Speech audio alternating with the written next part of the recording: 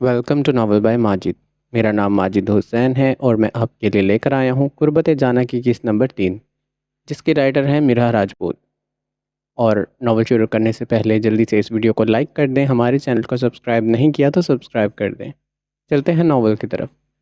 خانم، تم اس کالی ساڑی میں یہاں موجود سب مردوں کے دلوں پر برجی گلانے کا کام کر رہی ہو۔ بار پر اس کے ساتھ کھڑا ایم جے اس کا سر تپاؤں جائزہ لینے لگا، جو اپنے حسن سے وہاں موجود سب مردوں کی نظروں کا مرکز بنی تھی۔ جانتی ہوں، میرا یہ حسن ہی ہے جو سب مردوں کو اندھا کر دیتا ہے۔ اس کا لہجہ پر اعتماد تھا۔ شیفون کی کالی ساڑی جو کافی حد تک سمپل تھی، مگر اس کی کرتی سلک کی تھی اور کرتی کے بازو بھی نہیں تھے، جس کی وجہ سے اس کی دودھیا رنگت واضح جھلک رہی تھی۔ بالوں کا اس نے رف سا جوڑا بنا رکھا تھا، پھر اس کی ادائیں جو سب کا دل ڈول رہی تھی۔ جوڑا اور گول چہرہ، ہیزل گرے آنکھیں جن میں عجیب سی چمک تھی، تیکھی مغرور ناک، باریک گلابی ہونٹ، پرکشش چہرہ، مغرور ادائیں، دل فریب سراپا، ہر لحاظ سے وہ پرفیکٹ تھی۔ خانم کا موبائل رنگ ہوا تو اس نے آنے والے کا میسج پڑھا۔ رحیم، خانم تمہاری دوست کا نکاح ہے، 10 بجے سے پہلے تم فلیٹ پر موجود ہو۔ میسج تالیہ کی جانب سے آیا تھا۔ ابھی 8 بجے تھے۔ تالیہ تو پہنچ چکی تھی، مگر رحیم ابھی تک نہیں گئی تھی۔ اس نے اپنے حسن سے مردوں کو لوٹنا بھی تو تھا۔ میرے بغیر نکاح نہ ہو تو میں وقت پر پہنچ جاؤں گی۔ میسج ٹائپ کرتے اس نے ہنسی والا ایموجی لگا کر سینڈ کر دیا تھا۔ موبائل کو سوئچ آف کرتے اس نے جیسے ہی اپنے پاؤچ میں ہاتھ ڈالا، بیک وقت ایک شخص اس کی اداؤں اور حسن سے متاثر ہوتا ہے اس کے پاس آیا تھا۔ قاتل حسینہ، کیا تم میرے ساتھ ڈانس کرنا پسند کرو گی؟ اس شخص نے اپنا ایک ہاتھ اس کی طرف بڑھایا۔ ریم نے دیکھا، وہ شخص دیکھنے میں کافی امیر لگ رہا تھا، پھر بھی اس نے اسی وقت مسکراتے اس کے ہاتھ میں اپنا ہاتھ رکھ دیا اور اپنا پاؤچ وہ ایم جے کو پکڑا گئی تھی، جو اس شخص پر صرف اب افسوس ہی کر سکتا تھا، کیونکہ ریم نے اپنے زہر میں جڑتے ہی اب اس شخص کو لوٹنا تھا۔ فلور پہ کھڑی وہ اب اس شخص کے ساتھ ڈانس میں مصروف تھی، مگر آس پاس ہر شخص حسرت بھری نظروں سے اسے دیکھ رہا تھا، جو اپنے حسن کے جلوے دکھاتی فلور میں موجود سب کی توجہ کھینچ رہی تھی۔ وہاں ایسا کون نہیں تھا جو اس کے ساتھ ڈانس کرنے کا خواہش مند نہیں تھا۔ ڈانس کرتے کرتے فلور پر اب روشنی کم ہونے لگی تھی۔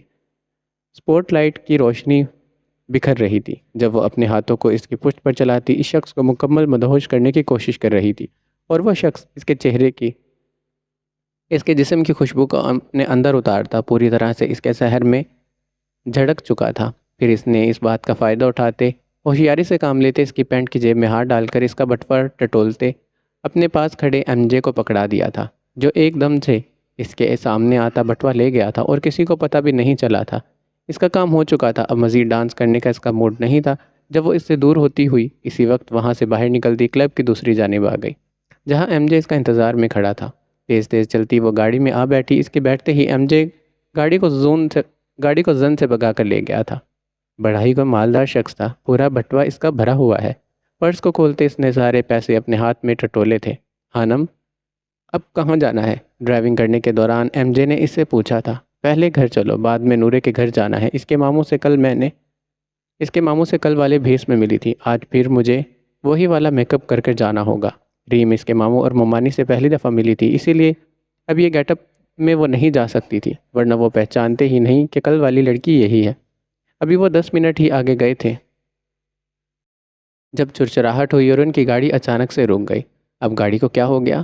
ایم جے نے باہر نکل کر گاڑی کو چیک کیا، جس کے ٹائر سے ہوا نکل چکی تھی۔ اوہ شٹ، مجھے جلدی پہنچنا ہے اور یہاں پر کوئی ہے بھی نہیں۔ ریم نے باہر نکلتے سڑک پر نظر دوڑائی جو خالی تھی۔ خانم، تم یہیں پر رکو، میں پاس دیکھتا ہوں کوئی میکینک کی دکان ہوگی۔ ایم جے فرنٹ دروازہ بند کرتا اسے وہاں پر چھوڑ کر سڑک پر چلتا ارد گرد نظریں گھمانے لگا، تو وہ اپنا موبائل نکالتی کل کا سارا شیڈول دیکھنے لگی۔ گاڑی کے ساتھ ٹیک لگاتی وہ موبائل پر جھکی تھی جب کچھ لڑکے لڑکھڑاتے قدموں سے اس کے پاس آئے تھے۔ دفعتاً ان کی موجودگی کو محسوس کرتے اپنی زہریلی نظریں اٹھا کر اس لڑکے کی طرف دیکھا، جو پوری طرح سے نشے میں دھت تھا اور اس کی جانب بڑھ رہا تھا۔ کیا ہوا میڈم، لفٹ چاہیے؟ کیا گاڑی خراب ہو گئی ہے آپ کی؟ کمینگی مسکراہٹ سے وہ بولتا لڑکا تمیز باندھتا اس کی طرف دیکھنے لگا تھا۔ پیچھے ہٹو اور نکلو یہاں سے۔ ان تینوں لڑکوں پر ایک نظر ڈالتی وہ جارحانہ انداز میں بولتی، اپنی نظروں کا زاویہ اسی وقت بدل گئی تھی۔ ان کے منہ سے آتی شراب کی بدبو اس کے دماغ میں چڑھ رہی تھی، مگر وہ لڑکے تو اس اکیلی لڑکی کو سنسان سڑک پر دیکھ کر اپنے ہونٹوں پر اب زبان پھیرنے لگے تھے۔ کب تک یہاں کھڑی انتظار کرو گی؟ چلو ہمارے ساتھ آ جاؤ۔ ویسے بھی اتنی حسین لڑکی کا اکیلے کھڑے رہنا ٹھیک نہیں ہے۔ لڑکھڑاتی زبان سے بولتا وہ لڑکا اس کا ہاتھ اپنی گرفت میں لے گیا تھا۔ تو بیک وقت اس نے کھا جانے والی نظروں سے ایک نظر اپنے ہاتھ پر ڈالی اور دوسری نظر اس شخص پر ڈالی، اور اس نے اپنا ہاتھ جھٹکے سے گاڑی کی ونڈو کے اندر ڈالتے پھٹتی سے گن کو اپنے ہاتھ میں لیا تھا۔ اب بولو کیا بول رہے تھے تم لوگ؟ گن کا رخ ان کی طرف کرتی خانم کڑے تیوروں سے ان تینوں کی طرف دیکھنے لگی جو یکدم ہی بوکھلا گئے تھے۔ گن کہاں سے آئی تمہارے پاس؟ وہ لڑکا لڑکھڑاتی آواز میں بولتا 2 قدم پیچھے ہوا تھا۔ پولیس آفیسر ہوں میں، تم لوگوں نے کیا سوچا اکیلی لڑکی کھڑی ہے چھیڑ لیں جا کر؟ کاٹدار لہجے میں بولتی وہ پرسکون انداز میں ظاہر کرنے لگی تھی۔ سوری میڈم، ہم نہیں جانتے تھے، ہم جا رہے ہیں، آپ پریشان مت ہوں۔ وہ ابھی جانے کو مڑے ہی تھے کہ جب اس نے ہوا میں ایک فائر کیا۔ جہاں کھڑے ہو وہیں رک جاؤ ورنہ اگلی گولی تم لوگوں کو چھنی کر دے گی۔ بے حد پتھریلے اور غصیلے لہجے میں کہا تھا اس کا۔ وہ اپنی جگہ پر منجمد اور صامت اور ساکت رہ گئے تھے۔ یہاں کھڑے ہو آ کر میرا سارا موڈ خراب کر دیا تم لوگوں نے، اب صحیح بھی کرو۔ خانم نے گن کا اشارے سے ان لوگوں کو اپنی گاڑی کے سامنے کھڑے ہونے کو کہا۔ میڈم ہمیں جانے دیں، ہم دوبارہ ایسا نہیں کریں گے۔ ان تینوں کے تو صحیح میں ہوش اڑ گئے تھے۔ ناچنا شروع کرو، گاڑی کے ساتھ ٹیک لگاتی وہ موبائل پر گانا لگانے لگی۔ میڈم ہمیں ڈانس نہیں آتا، ہمیں جانے دیں، ہم دوبارہ کبھی کسی لڑکی کو تنگ نہیں کریں گے۔ اگر دوبارہ کسی کو تنگ کرنے کا سوچا بھی نہ تو سیدھی گولی تم لوگوں کو مار دوں گی، مگر ابھی میرا موڈ خراب ہے۔ جلدی سے ناچ کر دکھاؤ ورنہ میں گولی چلانے میں دیر نہیں کروں گی۔ وہ روبدار لہجے میں بولتی انہیں مزید ڈرا گئی تھی۔ پھر اس نے گانا پلے کیا اور انہیں ناچنے کا بولا جو صرف اپنی کمر ہلا رہے تھے۔ یہ ایسا ڈانس کر رہے ہو، مجرا کرو صحیح والا۔ وہ بدمزہ ہوئی تھی۔ پھر اس نے ان کو مجرے کے لیے دوسرا گانا پلے کیا تھا۔ گانے کے بول ان کے کانوں میں پڑ رہے تھے، تکوے تکوے پتلائے لکوے۔ یہ لائنیں بولی جا رہی تھی جب وہ ان کے ڈانس سے لطف اندوز ہوتی انجوائے کرنے لگی۔ اب وہ صحیح والا ڈانس کرتے اس کا موڈ ٹھیک کرنے لگے تھے۔ زایام شاہ، باران خانزادہ اور آریان پاشا وہ تینوں ہی نورے کے فلیٹ پر آ چکے تھے۔ زایام جتنا حیران ہو رہا تھا اس نے سوچا کبھی نہیں تھا کہ وہ لڑکی اس کی کزن نکلے گی جس سے کچھ دیر کے بعد اس کا نکاح ہونے والا تھا، جبکہ اس کے ساتھ بیٹھا باران جانتا تھا کہ اس سے اوپر والا فلیٹ تالیہ کا ہے، اور ایک دفعہ اس نے کال میں اسے یہ بھی کہتے سنا تھا کہ میرے فلیٹ تمہارے فلیٹ کے اوپر ہی ہے، تم ڈرو نہیں میں آتی ہوں۔ تو اس کی سوچ کے مطابق کیا تالیہ اس کی دوست تھی جس سے اس کے دوست کا آج نکاح ہو رہا تھا؟ بابا مجھے کیا نکاح کے بعد ہی لڑکی دیکھنے کو ملے گی؟ زایام شاہ بے صبری سے بولا، جو ایک دفعہ کنفرم کرنا چاہتا تھا یہ وہی لڑکی تھی نا؟ اگر یہ وہی تھی پھر اس کے بابا نے اسے بچے کے بارے میں کیوں نہیں بتایا تھا؟ پہلے تمہیں نکاح نہیں کرنا تھا اور اب تم اس کا چہرہ دیکھنے کے لیے بے چین ہو رہے ہو، انہوں نے ڈپٹنے کے انداز میں کہا، کیونکہ وہ جب سے آئے تھے حال میں ہی بیٹھے ہوئے تھے اور نورے اور تالیہ اندر موجود تھی مانی جان کے ساتھ۔ اس کی بے صبری پر باران اور آریان نے کہکا لگایا تو وہ جلدی سے کوئی بہانہ بنانے لگا۔ نہیں بابا، میرا مطلب تھا کیا ابھی بات نہیں ہو سکتی میری اس سے؟ اس نے بے لچک لہجے میں کہا تھا۔ نہیں بیٹا، نہیں ہو سکتی، بس نکاح ہو جائے پھر بعد میں جتنی مرضی باتیں کر لینا۔ ابرار صاحب نے سہولت سے انکار کیا۔ یک اسی وقت فلیٹ کے دروازے کے سامنے سے ریم اندر داخل ہوئی۔ وہ سامنے صوفوں پر برجمال تھی جس میں سے سب سے پہلی نظر اس کی آریان پاشا پر پڑی جو موبائل پر جھکا کچھ سکرول کر رہا تھا۔ اس شخص کو یہاں پر دیکھ کر اس کا یکدم سے سانس رکا اور حلق تک کڑوا ہوا تھا۔ ہائے اللہ، یہ شخص یہاں کیا کر رہا ہے؟ اور پھر میں نے وہی بھیس لے رکھا ہے جس میں میں نے اس کا بٹوا چرایا تھا۔ اگر اس نے مجھے دیکھ لیا تو میں تو گئی۔ اسی وقت وہ پلٹی، وہ خود سے بڑبڑائی جب ابرار صاحب نے آہٹ پر دروازے کی سمت دیکھتے سے مخاطب کیا تھا۔ ارے آؤ بیٹا، تمہارا ہی انتظار ہو رہا تھا۔ وہ لوگ کب سے اب اس کی سہیلی کا انتظار کر رہے تھے جو بارات سے بھی زیادہ لیٹ آئی تھی۔ اچانک سے اسے سمجھ نہیں آیا وہ اب کیا کرے، اسی لیے اپنا خرافاتی دماغ استعمال کرتے اس نے جلدی سے اپنے بیگ سے ماسک نکالا اور اپنے چہرے پر لگا لیا۔ معاف کیجیے گا انکل، میری وجہ سے آپ سب کو انتظار کرنا پڑا۔ چہرے کو ماسک کے پیچھے چھپاتی وہ پلٹ کر ابرار سے معافی مانگتی پھرتی کی رفتار سے وہاں سے نکلتی نورے کے کمرے میں آ گئی تھی۔ مولوی صاحب آ چکے تھے، اسی لیے وہ جلد از جلد اب نکاح کروانا چاہتے تھے، کیونکہ 10 بج گئے تھے اور 12 بجے ان کی فلائٹ تھی۔ اسی لیے پہلے زایام کا نکاح پڑھواتے مولوی صاحب نے اب نورے کے کمرے کی طرف بڑھ گئے تھے۔ ماموں جان بھی ان کے ساتھ اندر گئے تھے جو عشی کو گود میں لیے فیڈر پلا رہی تھی۔ اس نے ضد ہی بہت ڈالی ہوئی تھی جس کی وجہ سے وہ کسی اور کے پاس نہیں جا رہا تھا۔ ریم اور تالیہ بیڈ سے اٹھی جب ابرار صاحب نے مولوی صاحب کو بیڈ پر بٹھایا اور نکاح شروع کرنے کا کہا۔ عشی کا فیڈر ختم ہو چکا تھا، اس نے آج عجیب ہی ضد کی تھی۔ نورے کے علاوہ وہ کسی کے پاس نہیں جا رہا تھا۔ اب نہ جانے سے نیند آ گئی تھی یا پھر اسے کہیں درد ہو رہا تھا۔ نورے کی ممانی اب نورے کے پاس آتی اس سے عشی کو پکڑنے لگی تھی تاکہ وہ صحیح سے بیٹھ جائے اور نکاح کو قبول کرے۔ عشی کو تو انہوں نے اٹھا لیا تھا، مگر اس کا لاؤڈ سپیکر اور زیادہ تیز ہو گیا تھا، تو انہوں نے پاس کٹی تالیہ کو اسے باہر لے جانے کو کہا، جو بمشکل ہے اسے سنبھالتی باہر کی جانب بڑھ گئی تھی۔ نورے نے ذرا بھی شاپنگ نہیں کی تھی اور لال جوڑا پہننے کے بجائے اس نے سفید جوڑے کا انتخاب کیا تھا۔ پیروں کو چھوتی سفید رنگ کی سمپل سی فراک زیب تن کر رکھی تھی، جو ساتھ ہی ہم رنگ دوپٹہ اس نے اچھے سے سر پر اوڑھ رکھا تھا۔ نہ جولری کے نام پر کچھ پہنا تھا اور نہ ہی میک اپ کے نام پر کچھ لگایا تھا۔ ایک عام سی حلیے میں وہ بیٹھی تھی۔ دفعتاً ممانی جان نے بیگ سے ایک سرخ رنگ کا دوپٹہ نکالا، جو شاید وہ اسی کے لیے لائی تھی۔ نورے میری بچی، یہ ہماری خاندانی چنری ہے، میری ساس نے مجھے دی تھی، اسی لیے اب یہ تمہیں دے رہی ہوں۔ انہوں نے وہ نیٹ کی پیاری سی چنری اس کے اوپر اڑائی تھی، جس کے بعد کوئی اسے دیکھ کر کہہ سکتا تھا یہ دلہن ہے، ورنہ پہلے تو ایسا لگ رہا تھا جیسے وہ سفید سوٹ میں خود پر ماتم منا رہی ہوں۔ اس نے عقیدت سے نظریں جھکا لی تھی جب مولوی صاحب نے اس سے نکاح کی رضامندی پوچھی۔ دوسری جانب تالیہ حال سے گزرتی بغیر کسی کی طرف دیکھتی سیدھی چلتی بالکنی میں آ گئی تھی۔ عشی بہت رو رہا تھا، ابھی سے چپ کروانے کا ایک ہی طریقہ تھا، عشی کی بیگ پر ہاتھ رکھ کر اسے تھپکتے اس نے ایک ہاتھ سے اپنی جیب میں موبائل نکالا اور وہاں موجود جھولے پر بیٹھی وہ عشی کو اپنی گود میں بٹھا کر کارٹون دکھانے لگی۔ موبائل کی روشنی جیسے ہی عشی کے نظروں سے ٹکرائی، اسی وقت اس کا رونا بند ہو گیا تھا اور ساری توجہ موبائل کی جانب مرکوز ہو گئی تھی۔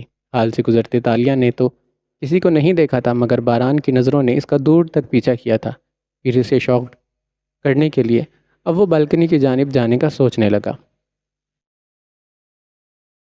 جب اس وقت اس کے ہاتھ میں موجود اس کا موبائل رنگ ہوا تو وہ ان سب کو ایکسکیوز کرتا وہاں سے اٹھ کر بالکنی میں چلا آیا۔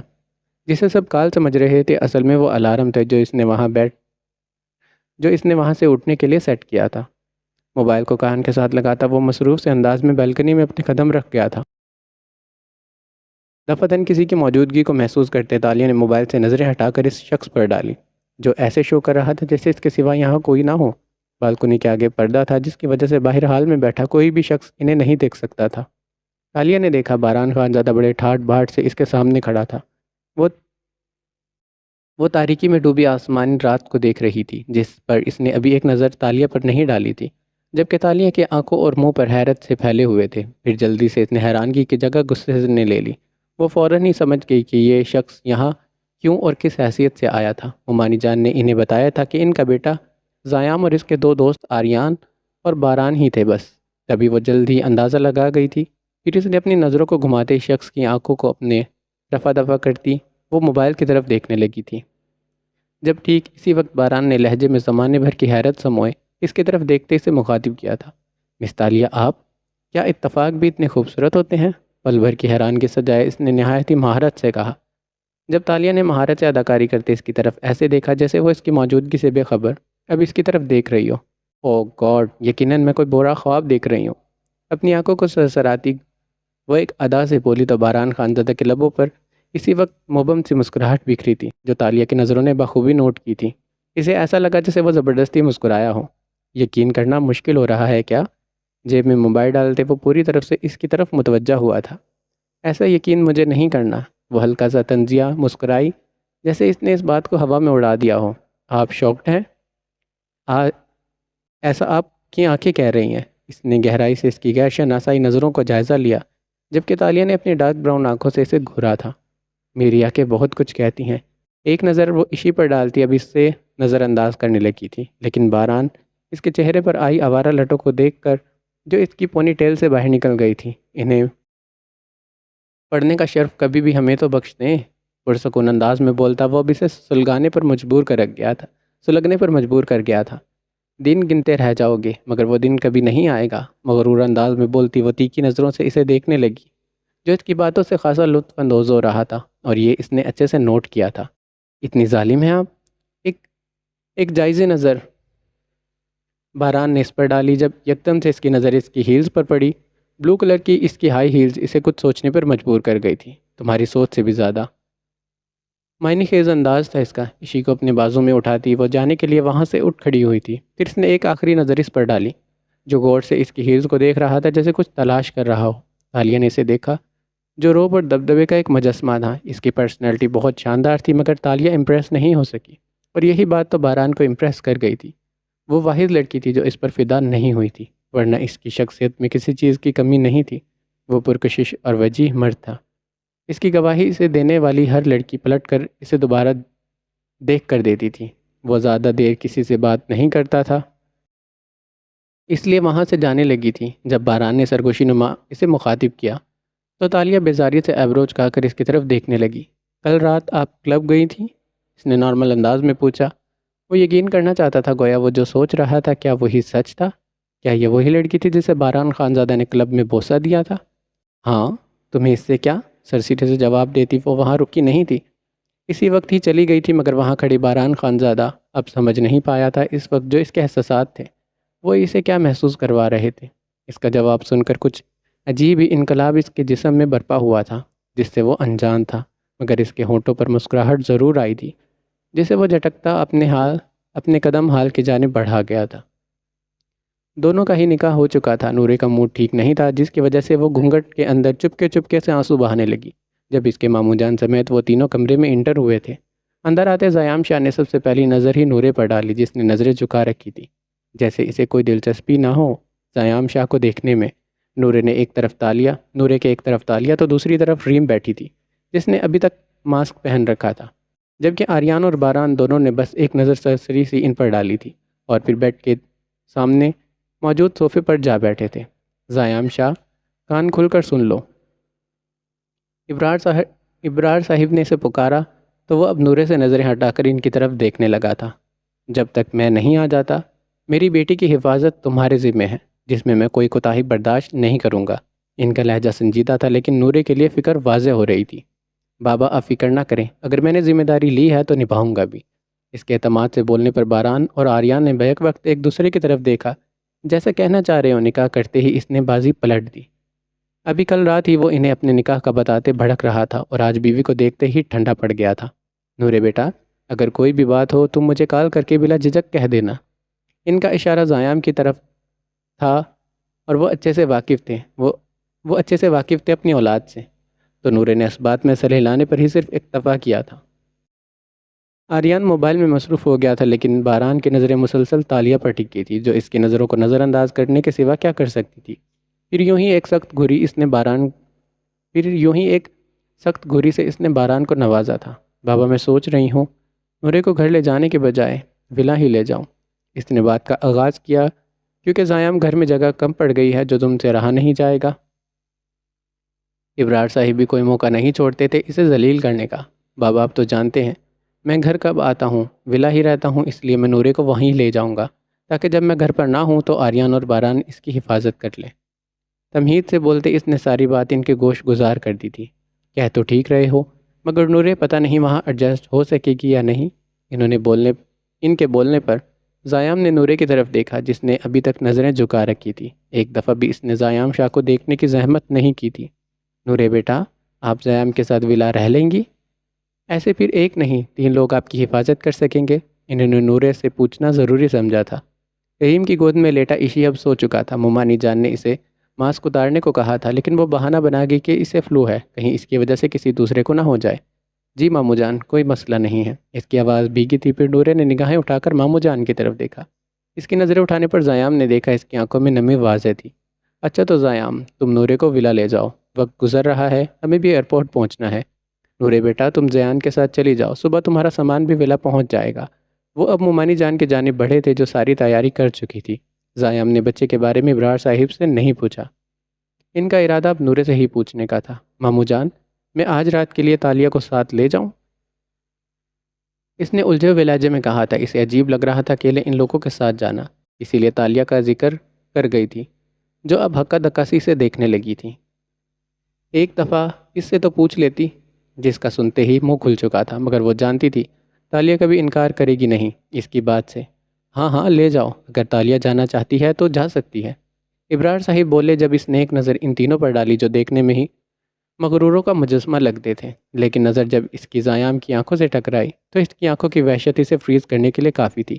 ایک پل کو تو اسے لگا یہ وہی آنکھیں ہیں جو اس دن اس کے کمرے میں منڈلا رہی تھی۔ اس نے غور سے زیام کی آنکھوں کا جائزہ لیا، مگر وہ اس کے اس طرح دیکھنے پر ہلکا سا مسکرایا۔ وہ سمجھ چکا تھا وہ کیوں حیران ہو رہی ہے۔ جتنی سرد اور برفیلی اس کی آنکھیں تھی شاید ہی کسی کی ہوتی۔ وہ یقین سے کہہ سکتی تھی یہ آنکھیں وہ اس دن والی تھیں۔ تالیہ نے اسے ہلایا تو اس کی آنکھوں کی وحشت سے باہر نکلتی تالیہ کو دیکھنے لگی۔ نورے، یہ کیا تو یہ تو کیا بول رہی ہے؟ میں تیرے ساتھ کیسے جاؤں؟ تالیہ کو ٹھیک نہیں لگ رہا تھا کسی کے گھر جانا، اور پھر وہ مزید اس شخص کو برداشت نہیں کر سکتی تھی جو ٹک ٹکی باندھے اسے ایسے دیکھ رہا تھا جیسے وہ اس کے سوا یہاں اور کوئی موجود ہی نہ ہو۔ تالیہ چل نا یار، تو جانتی ہے مجھے پہلے ہی گھبراہٹ ہو رہی ہے، پھر وہاں پر کوئی لڑکی بھی نہیں ہوگی، اس نے بیچارگی سے کہا تاکہ وہ مان جائے۔ نورے نے چہرہ ہی اتنا معصوم بنا رکھا تھا، نہ چاہتے ہوئے بھی تالیہ کو جانا پڑا۔ وہ جانتی تھی اسے اس کی ضرورت ہے، اور نورے کو اس کی ضرورت ہو اور تالیہ نہ آئے تو ایسا نہیں ہو سکتا تھا۔ ریم سے ملتے ہی وہ جانے کے لیے اندر سے خود کو تیار کرنے لگی۔ یہ سچ تھا کہ اسے مردوں سے ڈر لگتا تھا، نہ جانے اب اس کا وہاں پر گزارا ہونا بھی تھا یا نہیں۔ پھر ریم کی گود سے عشی کو اٹھائے وہ ان کے پیچھے ہی کمرے سے نکل گئی تھی۔ ایک گاڑی میں ممانی جان اور مامو جان تھے، اور دوسری گاڑی میں زیام شاہ، نورے اور تالیہ موجود تھے۔ ریم جا چکی تھی اور ہیوی بائک پر آریان اور باران اسے فل سپیڈ میں چلاتے ولا کی جانب جانے لگے تھے۔ نورے کو زیام کے کمرے میں بٹھایا گیا تھا تاکہ تالیہ بھی وہاں اس کے ساتھ آ سکے۔ نورے کو زیام کے کمرے میں ہی بٹھایا گیا تھا، تالیہ بھی اس کے ساتھ تھی۔ باہر حال میں کھڑا زیام شاہ کال پر کسی سے بات کر رہا تھا، اور وہ دونوں اس کے پاس کھڑے اس کے فارغ ہونے کا انتظار کر رہے تھے۔ تقریباً 5 منٹ بات کرنے کے بعد اس نے کال بند کر دی جب وہ دونوں اس کا رخ اپنی طرف موڑ گئے تھے۔ ہاں آریان، خوشی چیک کر اس کی، بتیسی تو اندر ہی نہیں جا رہی۔ مانتے ہیں نکاح ہوا ہے، لیکن اتنی خوشی؟ باران کی نگاہیں اس کے مسکراتے چہرے پر اٹھی تھی۔ خوشی کیسے نہیں ہوگی، دل میں تو لڈو پھوٹ رہے ہوں گے۔ آریان نے اسے چھیڑنا اپنا فرض سمجھا۔ ہاں نا، بیٹھے بٹھائے بیوی مل گئی سالے کو، خوش کیسے نہیں ہوگا؟ باران نے اپنا بازو آگے بڑھایا اور زیام کو گردن سے دبوچتے اپنی گرفت میں لیا تھا۔ سالے، گلا دبائے گا کیا؟ زیام بری طرح سے کھانستا اس کی پکڑ میں مچلا تھا۔ چھوڑ دے باران، اگر یہ مر گیا نا تو بیچاری دلہن نے رخصتی والے دن ہی بیوہ ہو جانا ہے۔ آریان اور باران نے ایک ساتھ چھپڑ پھاڑ کہکا لگایا۔ بیچارہ زیام خود کو چھڑواتا ہی رہ گیا تھا۔ سالو شرم کرو، چھوڑو مجھے، اب جانے دو۔ چھوڑو باران، جتنا بے صبرا یہ ہے اس کی شکل دیکھنے کے لیے ہو رہی ہے، پھر اس سے کیا ہی امید کی جا سکتی ہے؟ آریان پاشا معنی خیز مسکراہٹ سے بولتا اسے مزید تپانے لگا تھا۔ بغیر تو تم تو جانتے ہو یہ معمولی نکاح نہیں ہے، کانٹریکٹ میرج ہے، جس کی پہلی شرط یہی ہے کہ میں اس سے دور رہوں۔ وہ چبا چبا کر بولا تھا کہ وہ باز آ جائے، مگر وہ بھی اپنے نام کے ایک تھے، آسانی سے اس کی جان چھوڑنے والے نہیں تھے۔ پھر آریان اور باران اسے پکڑ کر گھسیٹتے اسے اس کے کمرے میں لے جانے لگے۔ تالیہ نورے کے پاس بیڈ پر بیٹھی اسے بہلانے کی کوشش کر رہی تھی تاکہ وہ افسردہ نہ ہو۔ دفتن وہ تینوں ایک ساتھ کمرے میں داخل ہوئے۔ تالیہ جی، آپ کا کمرہ آپ کا انتظار کر رہا ہے۔ ان کے اندر آتے ہی وہ دونوں سیدھے ہو کر بیٹھی۔ جب باران نے تالیہ کو گھورتے معنی خیز سا کہا تھا، لیکن زیام اور آریان نے اس کی طرف ایسے دیکھا جیسے وہ حیرانگی کے سمندر میں ڈوب رہے ہوں۔ اس نے آج تک خود کو کسی لڑکی سے مخاطب نہیں کیا تھا، وہ آج اس نے آج تک خود کسی لڑکی کو مخاطب نہیں کیا، تو وہ آج تالیہ کو بول رہا تھا، وہ بھی اتنے نارمل لہجے میں۔ حیرت تھی۔ آپ کو فکر کرنے کی ضرورت نہیں ہے، میں چلی جاؤں گی، اکتاہٹ سے بولتی۔ پل بھر میں وہ باران کو سہولت سے نظر انداز کر گئی تھی۔ آپ کباب میں ہڈی بن رہی ہیں، اس کی طرف دیکھتا وہ شرارت سے بولا تھا۔ آپ کو کوئی مسئلہ ہے؟ تنگ آ کر وہ بولتی بیڈ سے اٹھ کھڑی ہوئی تھی۔ نورے تم آرام کرو، میں بھی سو جاتی ہوں، صبح آفس بھی جانا ہے۔ اسے لگا اس کا اب یہاں سے چلے جانا ہی بہتر تھا، ورنہ باران خانزادے سے مزید الجھنے کا اس کا موڈ نہیں تھا۔ میں صبح آپ کو آفس چھوڑ دوں گا تالیہ جی، وہ ایک ایک لفظ پر زور دے کر اسے پیاری نظروں سے دیکھتا بولا تھا۔ عین وقت تالیہ نے اپنی سلگتی نظروں سے اسے گھورا تھا۔ کوئی ضرورت نہیں ہے، میں خود چلی جاؤں گی، مغرور سا بولتی وہ اب یہاں رکی نہیں تھی، جلدی سے چلی گئی، گویا وہ اپنی باتوں سے مزید اسے تپانے ہی نہ دے۔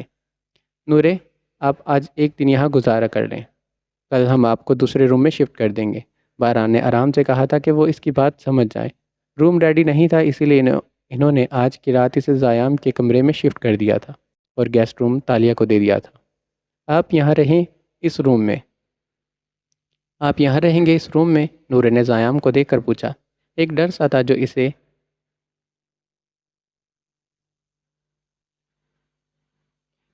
تھا جو اب باہر آ رہا تھا۔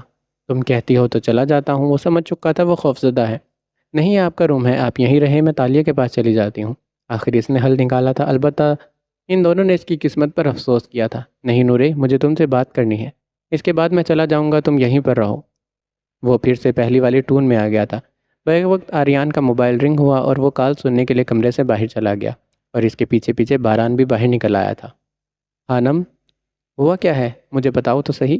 ریم خانم کو جلدی جلدی ہر چیز پیک کرتے دیکھ کر تفتیش میں پوچھنے لگا تھا۔ جہری باتوں میں وقت ضائع مت کرو، جلدی جلدی ہاتھ چلاؤ، صرف 5 منٹ ہیں، ہمیں یہاں سے جلدی نکلنا ہے۔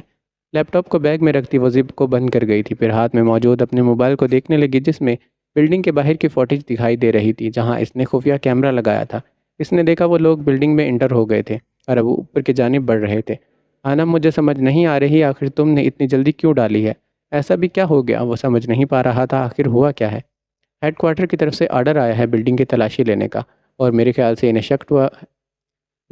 شک ہوا ہے کہ کرائم لیڈی یہاں پر رہتی ہے۔ انہوں نے جلدی سے وہ سیاہ رنگ کا ٹریک سوٹ پہنا جو اس کی شناخت تھی، پھر چہرے کو ماسک سے کور کرتے اس نے پیروں میں جاگرز چڑھائے۔ دوسری طرف وہ لوگ 3rd فلور پر پہنچ گئے تھے۔ 3rd فلور کب سے ہی بند تھا، وہاں کوئی بھی نہیں رہتا تھا اور نہ ہی وہاں سے کسی کی آواز آتی تھی۔ بلڈنگ کا مالک بھی جانتا تھا کہ 3rd فلور پر کوئی نہیں رہتا، اسی لیے اس نے ابھی تک جانچ پڑتال نہیں کی تھی۔ یہی ایک وجہ تھی جس وجہ سے آج تک خانم نے کمرے کی لائٹ نہیں چلائی تھی، تبھی تو اس کمرے میں سورج کی روشنی بھی نہیں پہنچ پاتی تھی۔ کمرہ فلور کے لاسٹ پر تھا، میجر MAP اور اس کے ساتھی بس 10 قدم کے فاصلے پر رہ گئے تھے۔ کمرے کا اندر کا منظر اس نے ایسا کر دیا تھا جیسے وہاں کوئی رہتا تو دور، کوئی آیا تک نہ ہو۔ وہ ساری تیاری کر چکی تھی، بیگ کو اس نے اپنے شولڈر پر ڈالا اور کمرے کے درمیان میں کھڑی ہوتی وہ ایک جگہ پر 2 دفعہ اپنے پیر مارنے لگی، جس کی بدولت زمین میں موجود تہہ خانہ خود بخود کھل گیا تھا۔ اس نے جاری کو سیڑھیاں اترنے کو تہہ خانے میں جانے کو کہا اور ایک آخری نظر کمرے پر ڈالتی وہ ان کے قدموں کی آواز کو اچھے سے محسوس کر رہی تھی۔ پھر وہ طائرانی سی مسکراہٹ وہاں بنی سیڑھیوں سے اترتی تہہ خانے میں چھلانگ لگا گئی تھی۔ اسی وقت دھڑلے سے دروازہ کھلا اور اندر کی طرف سے اس کا خفیہ راستہ اس کے جاتے ہی بند ہو گیا۔ دروازہ کھلتے ہی MAP نے اپنے قدم اندر کی جانب بڑھائے تھے۔ اندر آتے ہی اس نے دیکھا جگہ جگہ جالے لگے تھے، وہاں موجود سامان کے اوپر کپڑا پڑا تھا۔ کمرہ بند ہونے کی وجہ سے عجیب سی سمیل آ رہی تھی۔ اپنے ناک پر رومال رکھتے اس نے اپنے ساتھ کھڑے 2 ایجنٹ کو کمرے کی تلاشی لینے کا بولا۔ 3rd فلور کب سے بند ہے؟ روبدار انداز میں بولتا میجر MAP بلڈنگ کے مالک سے پوچھنے لگا۔ سر 2 مہینے سے، اس نے سادگی اور سچائی سے جواب دیا۔ یہاں سے کبھی کوئی آواز نہیں سنائی دی یا کسی کی موجودگی کا احساس ہوا ہے؟ میجر کا انداز تفتیش سے بھرپور تھا، پھر اس نے متلاشی نظروں سے ایک ایک چیز کا جائزہ لیا۔ نہیں سر، یہاں پر کوئی نہیں آتا، یہ جب سے بند ہے میں خود بہت کم آیا ہوں یہاں پر۔ اتنا بھی سچ نہیں بولنا تھا جتنا وہ بول رہا تھا، تمہیں یہاں آ جانا چاہیے تھا۔ تمہاری بلڈنگ کے ایک فلیٹ پر کوئی رہ رہا تھا اور تمہیں اندازہ تک نہیں تھا۔ اتنے لاپرواہ لوگ ہو۔ یکدم سے اسے ڈھیروں سارا غصہ آیا تھا۔ نیشنل ٹیم اور ہیڈ کوارٹر نے پورے پاکستان کے موبائل کی لوکیشن ٹریس کر لی تھی، جن میں سے انہیں ایک اس لوکیشن پر شک ہوا تھا، اسی لیے وہ بنا وقت ضائع کیے یہاں پر آ گئے تھے۔ اس کے انکل صحیح کہتے تھے، وہ بہت شاطر دماغ کی ہے، پھر نہ جانے اسے اس بارے میں کیسے پتہ لگا۔ وہ ان کے پہنچنے سے پہلے ہی یہاں سے بھاگ گئی تھی۔ وہ لاکھ شاطر دماغ صحیح، مگر اپنی موجودگی کے نشان یہاں چھوڑ گئی تھی جسے وہ بے خبر تھی۔ اچانک ہی میجر MAP کی نظر زمین کے اس حصے سے ٹکرائی جہاں پر وہ فانوس کے موتی والا ایئر رنگ گرا پڑا تھا۔ وہ اس قدر باریک تھا کہ غور کرنے پر نظر آتا تھا، لیکن میجر کی نظر چیل سے زیادہ تیز تھی۔ ایسے ممکن تھا کہ اس کی نظریں اس پر نہ پڑتی۔ وہ آدمی خاموش کھڑا تھا، دفتن اس نے جھک کر وہاں سے وہ ٹاپس اٹھایا۔ یہاں کھڑا اگر وہ 2 دفعہ اپنے پیروں کو ٹپٹ دیتا تو یقیناً اس کے دماغ میں گھومتے سوال کا جواب بھی مل جاتا۔ پھر اس نے ٹاپس کو غور سے دیکھتے اس سے اسمیل کرنا چاہا۔ سر کچھ چیک کر لیا ہے؟ سر سب کچھ چیک کر لیا ہے، مگر یہاں پر کچھ نہیں ملا۔ واش روم میں بھی ایسا تھا جیسے صدیوں سے استعمال نہ کیا گیا ہو۔ میرے خیال سے یہاں سچ میں کوئی نہیں رہتا، اسے اس کے ایک ساتھی نے آ کر بتایا۔ میجر نے وہ چھوٹا سا ٹاپس اس کے سامنے کیا تھا۔ وہ یہیں پر رہ رہی تھی اور یہ ٹاپس اس کی موجودگی کا ثبوت ہے۔ لیکن سر یہ ایک ٹھوس ثبوت نہیں ہے، کیا پتہ یہ پہلے ہی کسی کا یہاں رہ گیا ہو؟ نہیں ایجنٹ 42، اگر یہ کب سے پڑا ہوتا تو اس سے لیڈیز پرفیوم کی سمیل نہ آ رہی ہوتی۔ اس کا انداز ٹھوس تھا، اس نے سمیل کیا تھا، اسے گچی فلورا کی سمیل آ رہی تھی، جو ہیڈ کوارٹر میں پیش آنے کے لیے اس کے ثبوت کے لیے کافی تھا۔ سر اس جگہ کا کیا کرنا ہے؟ اس جگہ پر نظر رکھو، ہو سکتا ہے وہ یہاں دوبارہ آئے اور کوئی ایک ایجنٹ کچھ دنوں کے لیے اس کمرے میں خفیہ رہے گا۔ اس نے اپنا حکم صادر کیا اور ٹیشو میں ٹاپس کو لپیٹتے اپنی جیب میں ڈال لیا۔ نہ جانے وہ کہاں سے آتی تھی اور کہاں سے جاتی تھی، کیونکہ اگر وہ کھڑکی کا راستہ چنتی تو بیک پر لگے کیمرے میں اس کی فوٹیج ضرور ہوتی، جو نہیں تھی۔ اس کا مطلب یہی تھا کہ اس کا راستہ اس کمرے میں ہی محدود تھا جہاں میجر MAP پہنچ کر ہی رہے گا۔ یہاں پر قسط نمبر 3 ختم ہوتی ہے، اور اگر آپ کو یہ ناول اچھا لگ رہا ہے تو ویڈیو کو لائک ضرور کیا کریں۔ ہمارے چینل کو سبسکرائب نہیں کیا تو سبسکرائب کر دیں تاکہ آپ کو آنے والے تمام ایپیسوڈ مل جائیں۔ ملتے ہیں نیکسٹ ایپیسوڈ میں، اپنا خیال رکھیے گا۔ اللہ حافظ۔